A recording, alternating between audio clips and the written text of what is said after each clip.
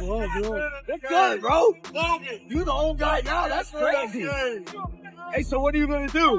What are you gonna do? This 4-round fight. You've lost every single one of them. You've lost every single round. This could be a legacy ender, AJ.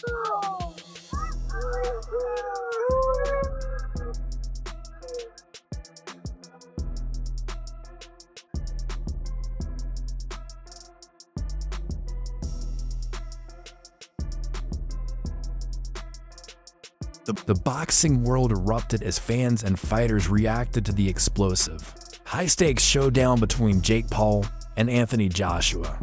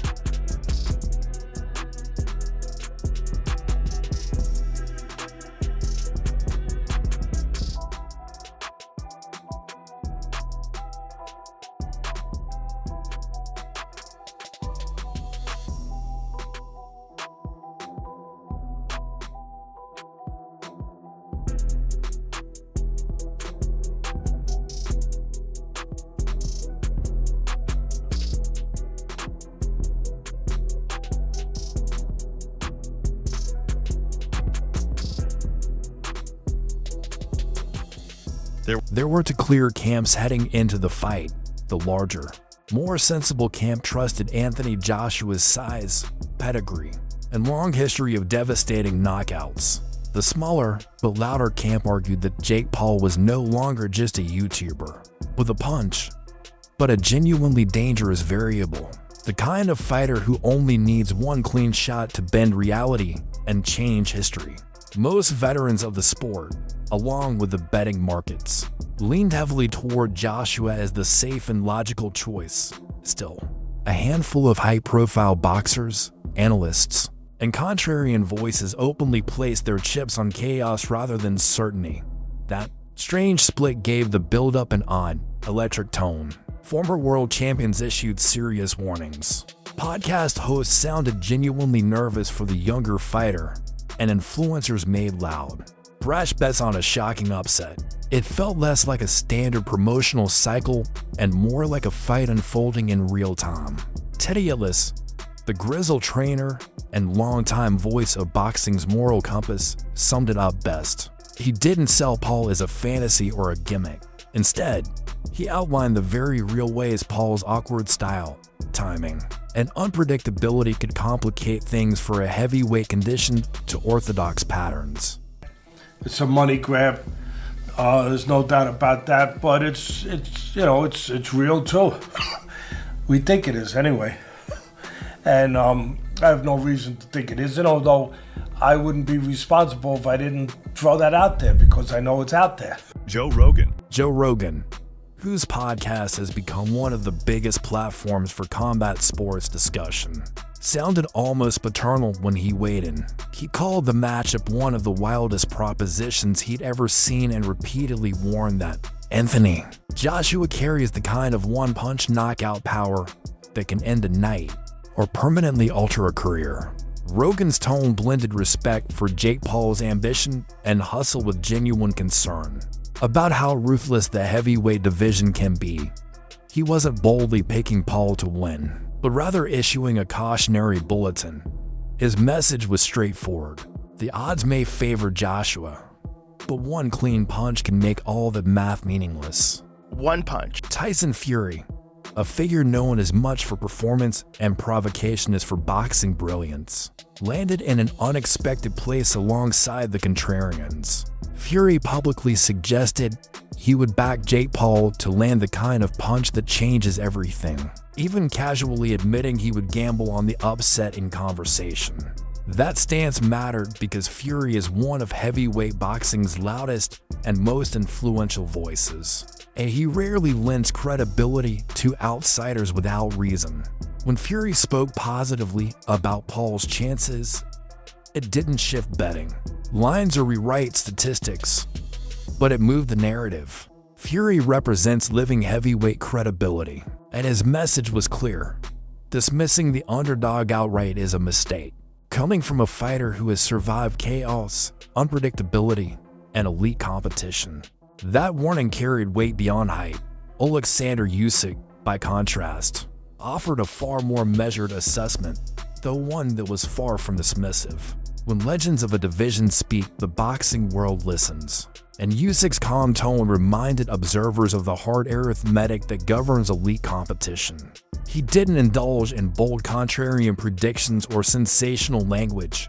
Instead, he emphasized that Anthony Joshua represents a genuine heavyweight test, and that crossing boundaries of weight, experience, and reputation is never clean or simple.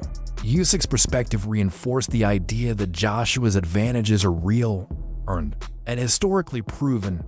It was the steady voice that tends to surface when the noise fades, quietly reinforcing why AJ remains the favorite in the eyes of most serious analysts. Amir Khan approached the matchup with his trademark dramatic framing, casting the fight as something larger than a single result. For Khan, this bout was a referendum on influencer boxing itself. He argued that a brutal Anthony Joshua knockout could effectively put an end to the influencer boxing era, or at least reassert a firm boundary between traditional heavyweight pedigree and the social media-driven shortcut to relevance. Khan's pick was decisive and emotional, Joshua by stoppage. To him, the fight wasn't primarily about spectacle or money, but about preserving the hierarchy and legitimacy of elite boxing. in Khan's view. This was a moment where the old guard either reasserted control or ceded symbolic ground. Dana White, whose primary domain is the UFC but whose instincts are sharpened by decades of fight promotion, delivered one of the bluntest assessments. "That's a bad idea," he said publicly, a comment that functioned as both promoters' shrug and ringside warning. White expected Joshua's size, power, and experience to overwhelm Paul, and his remarks carried the gravity of someone who has seen fighters walk into mismatches with serious consequences. He wasn't romantic about crossover appeal or viral moments. His view was pragmatic, cautious, and slightly cynical, emphasizing the real danger of stepping into true heavyweight territory without a lifetime of preparation. David Haye emerged as one of the more intriguing voices precisely because he resisted the conservative consensus. Haye suggested that an upset was possible, even historic, a headline-grabbing stance made credible by his own experience as a former heavyweight champion. He spoke about Paul's restraint in earlier fights and the unpredictability that can sometimes benefit a newer fighter unburdened by tradition. Haye's argument wasn't blind optimism, but tactical curiosity, acknowledging that unconventional paths can sometimes produce unconventional outcomes. Michael Bisping closed the conversation on a sobering note, known for his blunt realism. Bisping expressed concern that Paul could leave the experience physically or mentally broken. It wasn't a prediction about victory or defeat, but a warning about consequences. His perspective mattered because it reframed the fight as more than spectacle. Careers, bodies, and futures hang in the balance on nights like this.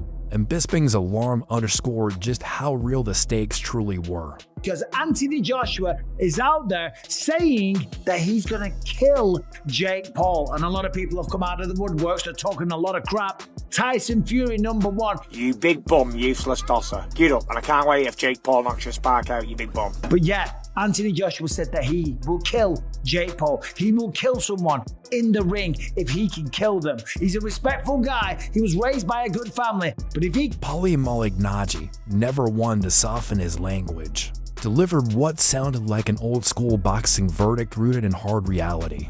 He acknowledged Jake Paul's visible improvements in craft and discipline, but he was blunt in stressing that facing a seasoned, motivated heavyweight is an entirely different animal. Malignaggi's assessment balanced respect with warning, pointing out how Anthony Joshua's pressure, size, and power can overwhelm a fighter who has never consistently shared the ring with elite heavyweights. When Paulie talks about head movement, timing, and defensive habits, people listen, because his opinions are shaped by real rounds, real punishment, and hard-earned experience. Eddie Hearn, operating with one foot in each camp as the architect, behind many crossover spectacles, approached the fight from a different angle in interviews. He laid out a clear script, an aggressive Joshua start, and a quick, emphatic finish. It wasn't framed as trash talk or bravado, but as the commercial logic of what he believed the audience expected to see. That public script struck a nerve because it sounded like a promoter selling a story, while simultaneously making a practical business prediction. When massive money is involved, narratives tend to get tidy, and Hearn's commentary sat squarely at the intersection of marketing and expectation. That's it for today's video. Stay tuned. Until next time.